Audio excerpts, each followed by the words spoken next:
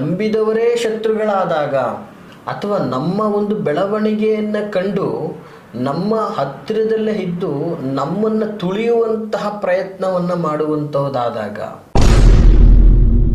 ಒಬ್ಬ ವ್ಯಕ್ತಿ ಕಷ್ಟದಿಂದ ಮೇಲೆ ಬಂದು ಆ ವ್ಯಕ್ತಿಗೆ ಕಷ್ಟ ಏನು ಅನ್ನುವಂಥದ್ರ ಅರಿವಿರ್ತದೆ. ಹಾಗೆ ಕೆಲವು ಜನಗಳಿಗೆ ಏನಾಗ್ತದೆ, ತಂದೆ ತಾತ ಹಿರಿಯರು ಮುತ್ತಾತರು ಮಾಡಿರ್ತಕ್ಕಂಥ ವ್ಯವಸ್ಥೆ ಇರುತ್ತೆ, ಅವ್ರು ಆಲ್ರೆಡಿ ಒಂದು ದೊಡ್ಡ ವ್ಯವಸ್ಥೆಯಲ್ಲಿ ಇರ್ತಕ್ಕಂಥವ್ರು. ಶತ್ರುಗಳು ನಿಮ್ಮನ್ನು ಕಂಡ್ರೆ ನಡಗಬೇಕು, ನಿಮ್ಮನ್ನು ಕಂಡ್ರೆ ಹೆದರಬೇಕು, ಅವರ ಅಹಂಕಾರ ನಾಶ ಆಗಿ ನಿಮ್ಮ ಅಂಕುಶದಲ್ಲಿ ಅವರು ಇರಬೇಕು ಅನ್ನುವಂತಹ ವಿಚಾರಕ್ಕೆ ಹೋದಾಗ, ನಮಸ್ತೆ ವೀಕ್ಷಕರೇ, ನಾನು ನಿಮ್ಮ ಮೈಸೂರಿನ ಶ್ರೀನಿವಾಸನ್. ಸಾಮಾನ್ಯವಾಗಿ ಇವತ್ತಿನ ದಿನ ಮನುಷ್ಯನ ಬೆಳವಣಿಗೆ, ಅಭಿವೃದ್ಧಿ, ಒಂದು ಜೀವನದ ಒಂದು ಪ್ರಗತಿಗೆ ಮನುಷ್ಯ ಒಂದಲ್ಲ ಒಂದು ರೀತಿಯಲ್ಲಿ ಪರೊಬ್ಬರನ್ನು ಮತ್ತೊಬ್ಬರನ್ನು ಅವಲಂಬನೆ ಆಗ್ತಕ್ಕಂಥದ್ದು ಸಹಜ. ನೋಡಿ, ಮನುಷ್ಯ ಅಂತಕ್ಕಂಥದ್ದು ಒಂದು ಸಂಘಜೀವಿ ಅಂತ ಹೇಳ್ಬೋದು. ಇವತ್ತು ನಾನು ಒಬ್ಬನೇ ನನ್ನ ಎಲ್ಲ ಥರದ ಒಂದು ವ್ಯವಸ್ಥೆಯನ್ನು ಒಬ್ಬನೇ ನಾವು ಮಾಡ್ಕೊಳ್ಳೋಕೆ ಸಾಧ್ಯ ಆಗುತ್ತಾ? ಖಂಡಿತವಾಗಿ ಸಾಧ್ಯ ಇಲ್ಲ. ನನ್ನ ಪ್ರತಿಯೊಂದಕ್ಕೂ ಕೂಡ ನಾನು ಮತ್ತೊಬ್ಬನನ್ನು ಅವಲಂಬಿಸಲೇಬೇಕು. ಅಂದರೆ ಲೈಕ್ ನಾನು ಯಾವುದೋ ಒಂದು ಪದಾರ್ಥ ತೊಗೋಬೇಕಂದ್ರೆ ಅಂಗಡಿಗೆ ಹೋಗಲೇಬೇಕು. ಸೊ ನನ್ನದೇ ಆದಂತಹ ಒಂದು ಬಟ್ಟೆ ಬರಿಗಳನ್ನು ತೊಗೋಬೇಕಂದ್ರೆ ಟೆಕ್ಸ್ಟೈಲ್ಗೆ ಹೋಗಬೇಕು. ಸೊ ಹೀಗೆ ನಾವೊಂದು ಆಹಾರ ಮಾಡ್ತೀನಿ ಅಂದರೂ ಆಹಾರ ರೈತರಿಂದ ಬರಬೇಕು, ನಂತರ ದಿನಸಿ ಅಂಗಡಿಯಿಂದ ನಾವು ತರಬೇಕಂದ್ರೆ ನಾವೇನೇ ಮಾಡ್ತೀವಿ ಅಂದರೂ ಇವತ್ತು ನಾವು ರೆಡಿ ತೊಗೊಳ್ತಾ ಇದ್ದೀವಿ ಏನೋ ಅಂತಂದರೂ ಕೂಡ ಅದಕ್ಕೆ 10 ಜನಗಳ ಒಂದು ವ್ಯವಸ್ಥಿತವಾದ ವಿಚಾರ ಇರ್ತದೆ. ವೀಕ್ಷಕರೇ, ಹೀಗೆ ಮನುಷ್ಯ ಅಂತಕ್ಕಂಥವನು ಸಂಘಜೀವಿಯಾಗಿ ಎಲ್ಲ ರೀತಿಯಿಂದನೂ ಕೂಡ ಪರಾವಲಂಬಿ ಆಗಿರ್ತಕ್ಕಂಥದ್ದು. ಸೊ ಇಂತಹ ಒಂದು ವ್ಯವಸ್ಥೆಯಲ್ಲಿ ಮನುಷ್ಯ ಇವತ್ತು ಒಂದು ಉದ್ಯೋಗದಲ್ಲಿ ಪ್ರಗತಿಯನ್ನು ಸಾಧಿಸಬೇಕು ಅಂತ ಅಂದಾಗ ಅವನಿಗೆ ಒಂದು ಟೀಮನ್ನು ಸೃಷ್ಟಿ ಮಾಡ್ಕೋಬೇಕು, ಅವನು ಅದರಲ್ಲಿ ನಾಲೆಜನ್ನು ಪಳಗಿಸ್ಬೇಕು, ಅದರಲ್ಲೇ ಅಭಿವೃದ್ಧಿ ಹಾಕ್ಬೇಕು, ಅದರಲ್ಲಿ ಎಫರ್ಟ್ ಹಾಕಬೇಕು. ಆಗ ಅವನ ಒಂದು ಕ್ಷೇತ್ರದಲ್ಲಿ ಅವನು ಯಶಸ್ಸನ್ನು ಕಂಡುಕೊಳ್ಳೋಕೆ ಸಾಧ್ಯ ಆಗ್ತದೆ. ಸೊ ಇವತ್ತು ಜ್ಞಾನಾರ್ಜನೆ ಅಂತಕ್ಕಂಥದ್ದು ಬುಕ್ಕಿನ ಜ್ಞಾನದೊಟ್ಟಿಗೆ ಸಮಾಲೋಚನೆಯಿಂದನೂ ಕೂಡ ಅತಿ ಹೆಚ್ಚಾಗಿ ದೊರಕುವಂಥದ್ದು ಅಂತಕ್ಕಂಥದ್ದು ಸಮಾಜವಾಗಿ ತಿಳಿದಂತಹ ವ್ಯವಸ್ಥೆ. ನೋಡಿ, ನಾನು ಈ ಎಲ್ಲ ಮಾತುಗಳನ್ನು ಯಾಕೆ ಹೇಳ್ತಾ ಇದ್ದೀನಿ ಅಂತಂದರೆ, ಇವತ್ತು ಒಬ್ಬ ವ್ಯಕ್ತಿ ಬೆಳಿಬೇಕು ಅಂದ್ರೇ ಸಾಮಾನ್ಯವಾಗಿ ಪ್ರಕೃತಿ ಮತ್ತು ಸಮಾಜದ ಸಹಕಾರ ಇಲ್ಲ ಅಂದರೆ ಖಂಡಿತವಾಗಿ ಸಾಧ್ಯ ಇಲ್ಲ. ಇಂತಹ ಸಮಾಜದಲ್ಲಿ ಇವತ್ತಿನ ದಿನ ಯಾರನ್ನ ನಂಬಬೇಕು, ಯಾರನ್ನ ಬಿಡಬೇಕು? ಯಾಕಂದರೆ ನಂಬಿದವರೇ ಶತ್ರುಗಳಾದಾಗ ಅಥವಾ ನಮ್ಮ ಒಂದು ಬೆಳವಣಿಗೆಯನ್ನು ಕಂಡು ನಮ್ಮ ಹತ್ತಿರದಲ್ಲೇ ಇದ್ದು ನಮ್ಮನ್ನು ತುಳಿಯುವಂತಹ ಪ್ರಯತ್ನವನ್ನು ಮಾಡುವಂಥದ್ದಾದಾಗ ಇವತ್ತು ನೋಡಿ, ಒಬ್ಬ ವ್ಯಕ್ತಿ ಕಷ್ಟದಿಂದ ಮೇಲೆ ಬಂದು ಆ ವ್ಯಕ್ತಿಗೆ ಕಷ್ಟ ಏನು ಅನ್ನುವಂಥದ್ರ ಅರಿವಿರ್ತದೆ. ಹಾಗೆ ಕೆಲವು ಜನಗಳಿಗೆ ಏನಾಗ್ತದೆ, ತಂದೆ ತಾತ ಹಿರಿಯರು ಮುತ್ತಾತರು ಮಾಡಿರ್ತಕ್ಕಂಥ ವ್ಯವಸ್ಥೆ ಇರುತ್ತೆ, ಅವ್ರು ಆಲ್ರೆಡಿ ಒಂದು ದೊಡ್ಡ ವ್ಯವಸ್ಥೆಯಲ್ಲಿ ಇರ್ತಕ್ಕಂಥವ್ರು. ನೋಡಿ, ಇವತ್ತು ಕಷ್ಟದಿಂದ ಮೇಲೆ ಬಂದಂಥ ವ್ಯಕ್ತಿ ಸಡನ್ನಾಗಿ ಡೌನ್ ಆದಾಗ ಆ ವ್ಯಕ್ತಿಗೆ ಅಷ್ಟು ಫೀಲ್ ಅನಿಸಲ್ಲ, ನಾನು ಬಂದಿದ್ದೆ ಈ ಬಾಟಮಿಂದ, ನಾನು ಮತ್ತೆ ಮೇಲೆ ಹೋಗ್ತೀನಿ ಅನ್ನುವಂತಹ ಛಲ ಅಂತಕ್ಕಂಥದ್ದು ಇರ್ತದೆ. ಮತ್ತು ಕೆಲವೊಂದಷ್ಟು ವ್ಯಕ್ತಿಗಳಿಗೆ ಬಾಟಮಲ್ಲೇ ಇದ್ದಂಥವ್ರು ಯಾವಾಗಲೂ ಆಟೋಮೆಟಿಕ್ಕಾಗಿ ಡೌನ್ ಆಗಿದ ತಕ್ಷಣ ಅವರು ಮತ್ತೆ ಆ ಬಾಟಮ್ಗೆ ಹೋಗೋಕ್ಕೆ ಅವರಲ್ಲಿ ಕಾನ್ಫಿಡೆಂಟೇ ಇರುವುದಿಲ್ಲ. ಯಾಕಂದರೆ ಅವರ ಜೀವನ ಶೈಲಿನೇ ಆ ಒಂದು ಸುಗಮಯವಾದಂತಹ ಒಂದು ವ್ಯವಸ್ಥೆಗೆ ಬಂದ್ಬಿಟ್ಟಿರುತ್ತೆ. ಆದರೆ ಇಲ್ಲಿ ಕಾಮನ್ ಫ್ಯಾಕ್ಟರ್ ಏನಪ್ಪ ಅಂತಂದರೆ, ಆ ವ್ಯವಸ್ಥೆಯಲ್ಲಿರ್ತಕ್ಕಂಥವ್ರು ಬಾಟಮ್ಗೆ ಬರಲಿಕ್ಕೆ ಕಾರಣಗಳು ನೋಡಿ. ಇವತ್ತು ಒಬ್ಬ ವ್ಯಕ್ತಿ ಆ ಒಂದು ವ್ಯವಸ್ಥೆಗೆ ಬರ್ತಾನೆ ಅಂದರೆ ಅಲ್ಲಿ ಅವನ ಸುತ್ತಮುತ್ತಲಿನಲ್ಲಿರ್ತಕ್ಕಂತಹ ಶತ್ರುಗಳು, ಒಂದು ಆ ಶತ್ರು ಅವರ ಒಳಗಿನವರೇ ಆಗಿರ್ಬೋದು, ಸಂಬಂಧದಲ್ಲೇ ಆಗಿರ್ಬೋದು, ಅಥವಾ ಅವರು ಮಾಡ್ತಕ್ಕಂತಹ ವೃತ್ತಿ ಜೀವನದಲ್ಲೇ ಆಗಿರ್ಬೋದು, ಅಥವಾ ಅವರ ಒಂದು ಪಾರ್ಟ್ನರ್ಸ್ಗಳೇ ಆಗಿರ್ಬೋದು. ನೋಡಿ, ಶತ್ರುಗಳು ಹೀಗೆ ವ್ಯವಸ್ಥಿತವಾಗಿ ಇರ್ತಾರೆ ಅಂತಕ್ಕಂಥದ್ದಲ್ಲ. ನಮ್ಮೊಟ್ಟಿಗೆ ಇದ್ದಕ್ಕಂಥವರೇ ನಮಗೆ ಅರಿವಿಲ್ಲದ ಹಾಗೆ ಒಂದು ವ್ಯವಸ್ಥಿತವಾದ ರೀತಿಯಲ್ಲಿ ಚಿಂತನೆಗಳನ್ನು ಮಾಡಿ ನಮ್ಮನ್ನು ತುಳಿದು ಬಿಟ್ಟಿರ್ತಾರೆ. ನಮಗೆ ಯಾವಾಗ ಅರಿವಾಗ್ತದೆ ಅಂದರೆ ನಾವು ಆ ಮಟ್ಟದಿಂದ ಈ ಮಟ್ಟಕ್ಕೆ ಬಂದಾಗ ನಮಗೆ ಅರಿವಾಗ್ತದೆ. ಅಲ್ಲಿವರೆಗೂ ನಮಗೆ ಅರಿವೇ ಆಗಿರುವುದಿಲ್ಲ. ಸೊ ಅವ್ರ ಕಾರ್ಯ ಸಾಧನೆಯನ್ನು ಮಾಡ್ಕೊಂಡ್ಬಿಟ್ಟಿರ್ತಾರೆ ತುಂಬ ಚೆನ್ನಾಗಿ. ಬಟ್ ಇಂತಹ ಸಂದರ್ಭದಲ್ಲಿ ನೋಡಿ, ನಾವು ಅಷ್ಟು ಟ್ರಸ್ಟಬಲ್ ಆಗಿರ್ತಕ್ಕಂತಹ ವ್ಯಕ್ತಿಗಳು ನಮಗೆ ಈ ರೀತಿ ಮಾಡಿದಂತಹ ಸಂದರ್ಭದಲ್ಲಿ ಇದನ್ನು ಸಾಮಾನ್ಯವಾಗಿ ಆ ಮನಸ್ಥಿತಿಗಳು ಯಾವ ರೀತಿಯಲ್ಲಿ ತಡೀಲಿಕ್ಕೆ ಸಾಧ್ಯವಾಗ್ತದೆ? ನೋಡಿ ವೀಕ್ಷಕರೇ, ಒಟ್ಟಾರೆ ನಾನು ಹೇಳುವಂತಹ ವಿಚಾರ ಇಷ್ಟೇ. ಇವತ್ತು ಈ ಶತ್ರುಗಳ ಪ್ರಭಾವದಿಂದಾಗಿ, ಅಂದರೆ ಇವತ್ತೊಂದು ದಿನ ಏನಾಗ್ತದೆ, ಸಂಬಂಧಗಳಲ್ಲಿ ನಾನಾ ವಿಧದಲ್ಲಿ ಅವನು ಬೆಳೀತಾ ಇದ್ದಾನೆ, ಅವನಿಗೆ ಜನ ಸಹಾಯ ಇದೆ, ಜನ ಬೆಂಬಲ ಇದೆ, ರಾಜಕೀಯವಾಗಿ ಬೆಳೀತಾ ಇದ್ದಾನೆ, ವ್ಯಾವಹಾರಿಕವಾಗಿ ಬೆಳೀತಾ ಇದ್ದಾನೆ, ಸ್ನೇಹ ವರ್ಗಗಳಲ್ಲಿ ಇವಂದೇ ಒಂದು ಕೀರ್ತಿ ಹೆಚ್ಚಾಗಿದೆ. ಸೊ ಈ ರೀತಿಯಲ್ಲಿ ಅವನನ್ನು ದುರ್ಬಲಗೊಳಿಸುವಂಥದ್ದು, ಅಥವಾ ಅವನ ಯಜಮಾನಿಕೆ ನಡಿಬಾರ್ದು, ಅವನು ಬೆಳೆದಷ್ಟು ನನಗೆ ತೊಂದರೆ ಅನ್ನುವಂತಹ ರೀತಿಯಲ್ಲಿ ಅವರೊಟ್ಟಿಗೆ ಇದ್ದು ಅವರನ್ನು ನಾಶ ಮಾಡುವಂಥದ್ದು, ಅಥವಾ ಅನಿರೀಕ್ಷಿತವಾಗಿ ಯಾವುದೋ ವಿಚಾರಗಳಿಗೆ, ಯಾರ್ದೋ ಕಿರಿಕಿರಿಗಳಿಗೆ ಮಧ್ಯೆ ಹೋಗಿ ಜಗಳ ಜಂಜಾಟವಾಗಿ ಜನರ ದೃಷ್ಟಿಗೆ ಬೀಳುವಂಥದ್ದು, ಅವನದಲ್ಲದ ವಿಚಾರಗಳಿಗೆ ಹೋಗಿ ಅವನು ಶತ್ರುತ್ವವನ್ನು ಬೆಳೆಸ್ಕೊಂಡಿರ್ತಕ್ಕಂಥದ್ದು ಇವತ್ತು ಸಾಮಾನ್ಯವಾಗಿ ಎಷ್ಟೋ ಇದೆ. ಉದಾಹರಣೆಗೆ ಹೇಳಬೇಕು ಅಂದರೆ, ಸ್ನೇಹ ವರ್ಗದಲ್ಲಿ ಇವತ್ತು ಯಾವುದೋ ಒಂದು ಸ್ನೇಹಿತರ ಒಂದು ವ್ಯವಸ್ಥಿತೆಯಲ್ಲಿ ಏನೋ ಕಿರಿಕಿರಿ ಆಗುತ್ತೆ, ಏನೋ ಅಂತ ಕೇಳೋಕ್ಕೆ ಹೋಗೋದೇ ಕೆಲವು ಜನರು ತಪ್ಪಾಗ್ಬಿಡ್ತದೆ, ಅವ್ರು ಬಿಡುತ್ತೆ, ಇವ್ರಿಗೆ ಬಿದ್ದಿರುತ್ತೆ. ಸೊ ಇದರಿಂದಾಗಿ ದ್ವೇಷ ಭಾವಗಳು ಬೆಳೆದು ಬಿಡುತ್ತೆ, ಶತ್ರುತ್ವ ಬೆಳೆಯುತ್ತೆ.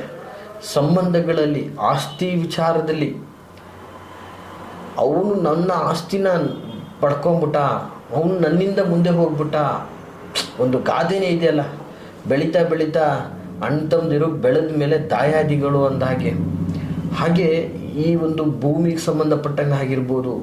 ಮತ್ತು ವಿಶೇಷವಾಗಿ ಮದುವೆ ಮುಂಜಿ ಕಾರ್ಯಕ್ರಮಗಳಲ್ಲಿ ನನ್ನ ಕಾರ್ಯಕ್ರಮಕ್ಕೆ ಅವನು ಬರಲಿಲ್ಲ, ಇವನ ಕಾರ್ಯಕ್ರಮಕ್ಕೆ ನಾನು ಬರಲಿಲ್ಲ, ಅವನ ಹತ್ರ ನಾನು ಯಾಕೆ ಹೋಗಬೇಕು, ಹೀಗೆ ಈ ಎಲ್ಲ ವಿಧದಲ್ಲೂ ಅಹಂಕಾರ, ನನ್ನ ಮುಂದೆ ನನ್ನ ಶತ್ರುವಿನ ಅಹಂಕಾರ, ಅವನು ನನ್ನ ಮುಂದೆನೇ ಮೆರೀತಾ ಇದ್ದಾನೆ, ನನ್ನ ಮುಂದೆ ನೆನ್ನೆ ಮೊನ್ನೆ ಬಚ್ಚ ಅವನು, ಇವತ್ತು ನನ್ನ ಮುಂದೆ ಮೆರೀತಾ ಇದ್ದಾನೆ, ಈ ಥರದ್ದೆಲ್ಲ ಸಾಮಾನ್ಯವಾಗಿ ನಾವು ನೋಡ್ತಾ ಇರ್ತೀವಿ. ಅವನ್ನ ಹೇಗಾದರೂ ಮಾಡಿ ಅವನ ಅಹಂಕಾರವನ್ನು ನಾಶ ಮಾಡಬೇಕು ಅನ್ನುವಂತಹ ನಿಟ್ಟಲ್ಲಿ ನಾನಾ ವಿಧದ ಪ್ರಯತ್ನಗಳನ್ನು ಪಡ್ತಾ ಇರ್ತೀರಿ.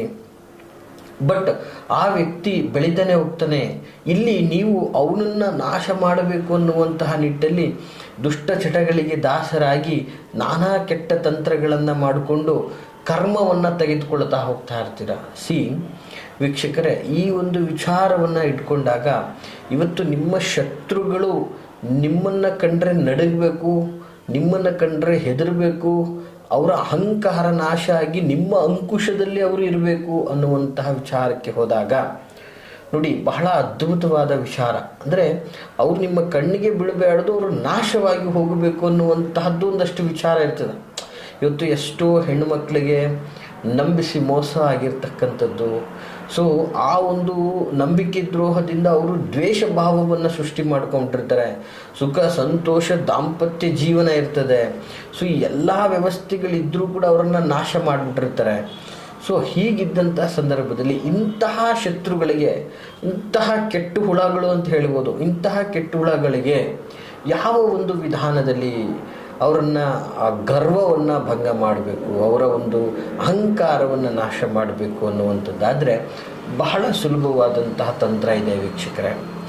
ಈ ಒಂದು ತಂತ್ರವನ್ನು ತಪ್ಪದೆ ನಂಬಿಕೆ ಇಟ್ಟು ಕ್ರಮಬದ್ಧವಾಗಿ ಮಾಡಿ ಮತ್ತು ಪ್ರಾಪರಾಗಿ ನಿಮ್ಮ ಶತ್ರುವಿನ ಮೇಲೇ ನೀವು ಇದನ್ನು ವಿಚಾರ ಮಾಡಬೇಕಾಗ್ತದೆ. ಅನ್ಯತಃ ಮತ್ತೊಬ್ಬರು ಮಗದೊಬ್ಬರ ಒಂದು ವಿಚಾರಕ್ಕೆ ಹೋಗುವಾಗಿಲ್ಲ. ಏನಪ್ಪ ಆ ಒಂದು ತಂತ್ರ ಅನ್ನುವಂಥದ್ದಾದರೆ ಸೂಕ್ಷ್ಮವಾಗಿ ನೋಟ್ ಮಾಡ್ಕೊಳ್ಳಿ ವೀಕ್ಷಕರೇ. ಬಹಳ ಅದ್ಭುತವಾದಂತಹ ಮಾಹಿತಿ ಇದಾಗಿರ್ತದೆ. ಇದು ಸಾಮಾನ್ಯವಾಗಿ ನಿಮ್ಮ ಮನೆಯಲ್ಲಿ ಸಿಗುವಂತಹ ಪದಾರ್ಥಗಳಿಂದನೇ ಮಾಡುವಂಥದ್ದಾಗಿರ್ತದೆ. ಬಹಳ ವಿಭಿನ್ನವಾದಂತಹ ಒಂದು ತಂತ್ರ ಆಗಿರ್ತದೆ. ಏನಪ್ಪ ಅಂತಂದರೆ ಇದಕ್ಕೆ ಸಾಮಾನ್ಯವಾಗಿ ಬೇಕಾಗಿರ್ತಕ್ಕಂಥ ಒಂದಷ್ಟು ಪದಾರ್ಥಗಳನ್ನು ಹೇಳ್ತೀನಿ, ನೋಟ್ ಮಾಡ್ಕೊಳ್ಳಿ. ಮೊದಲನೇದಾಗಿ ಒಂದು ಸಣ್ಣ ತಾಮ್ರದ ತಗಡು, ಎರಡನೇದಾಗಿ ಒಂದು ಮಣ್ಣಿನ ತಟ್ಟೆ.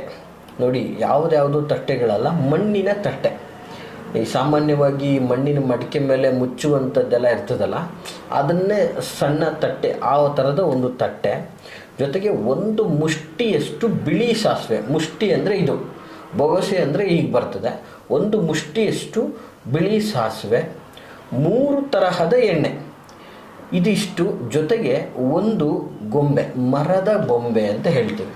ಸಾಮಾನ್ಯವಾಗಿ ಇದನ್ನು ನೀವು ಯಾವುದಾದ್ರೂ ಒಂದು ಸಣ್ಣ ಮರದ ತುಂಡಲ್ಲಿ ಒಂದು ಆಕೃತಿ, ಒಂದು ಮನುಷ್ಯ, ಸ್ತ್ರೀ ಅಥವಾ ಪುರುಷ, ನಿಮ್ಮ ಶತ್ರುವಿನ ಆಕಾರವನ್ನು ಕೆತ್ತಬಹುದು.